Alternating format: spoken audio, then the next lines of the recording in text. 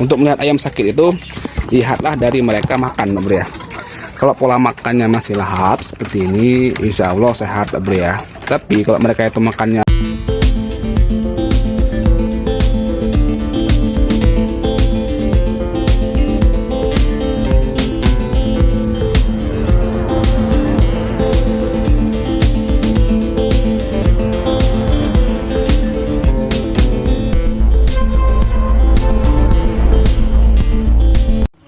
hola Pak Bro, kita manggang sate Pak Bro ya.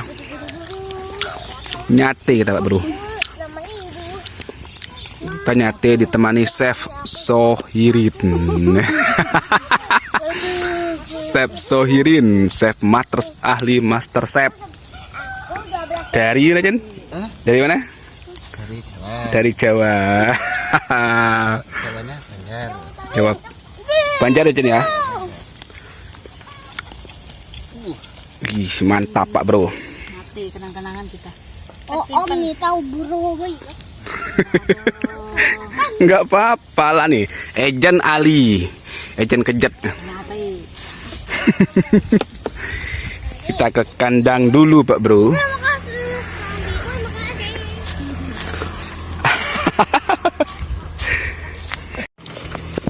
Kita udah di kandang Pak Bro. Lagi nunggu sate matang Pak Bro ya. Ada chefnya Bro, Chef Sohirin Pak Bro ya. Kita lihat ayam dulu Pak Bro ya. Ini ayam DOC, ayam campur-campur Pak Bro ya. Ada generir Pak Bro, ada apa namanya itu ayam Elba Pak Bro ya.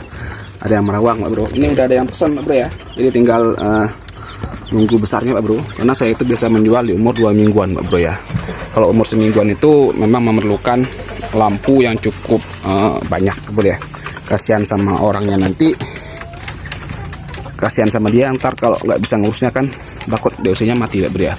Apalagi kalau pembelinya itu ibu-ibu rumah tangga Pak Bro ya.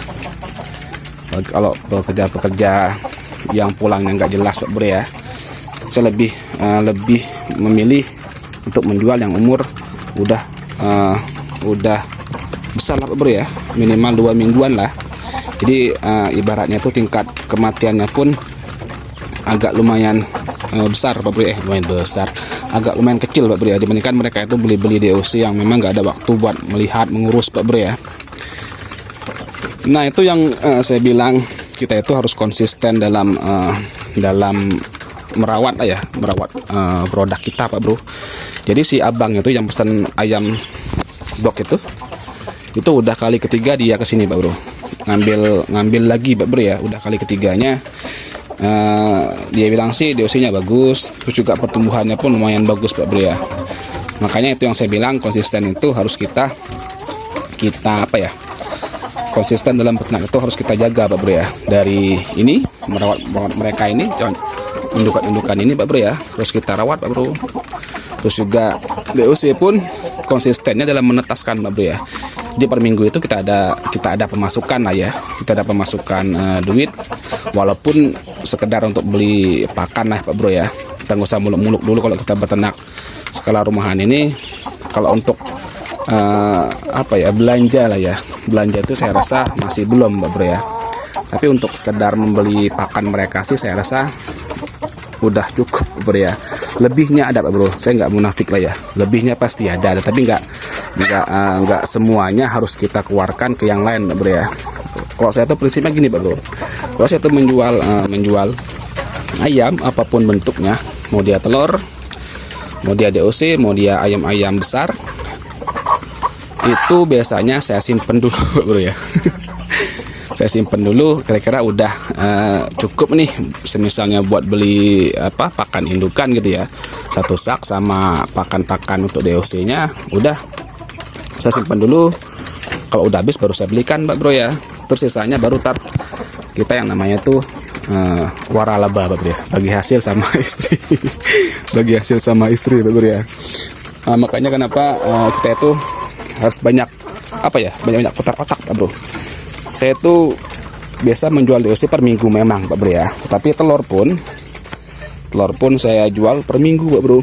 Jadi ini telur hari ini Pak Bro ya, dapatnya 7 butir lah Pak Bro. Kemarin 10, hari ini 7 butir Pak Bro. Ini enggak semuanya saya tetaskan Pak Bro ya.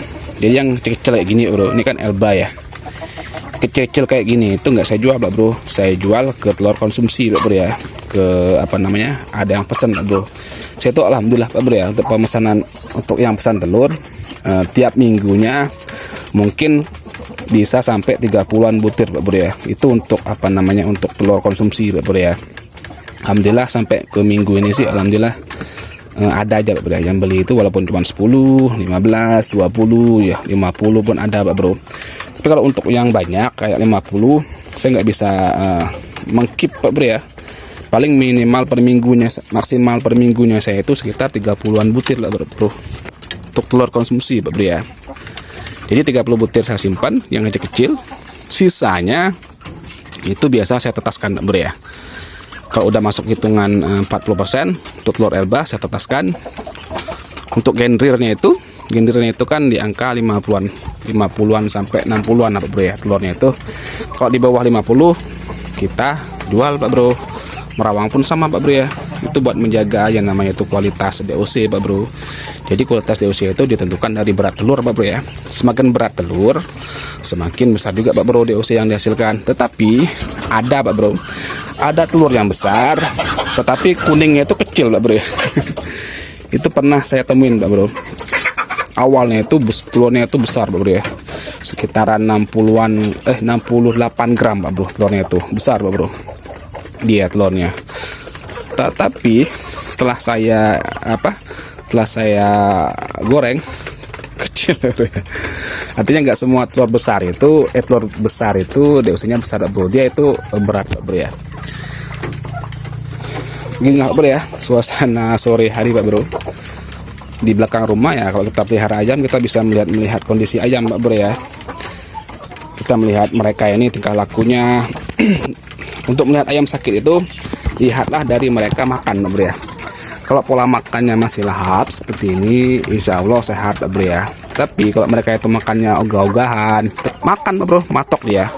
Tetapi ibarat katanya itu cuma matok, nggak masuk ke mulut Pak Bro ya. Di apa namanya, di kais-kais gitu lah ya.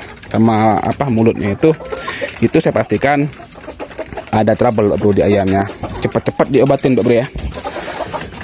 Karena ayam yang kurang makan itu berakibat pada yang namanya itu nyilet Pak Bro ya.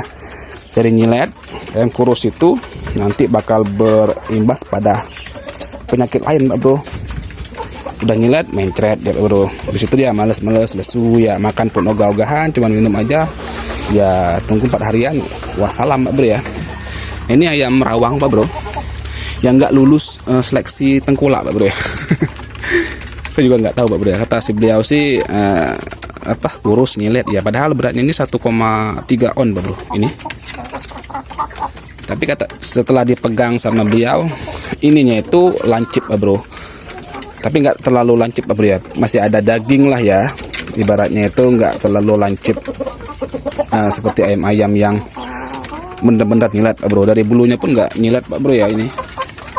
Cuman kata si abangnya sih kurus, jadi nggak masuk seleksi beliau. Ya udah, sisain aja bang, selebihnya diambil Pak Bro ya.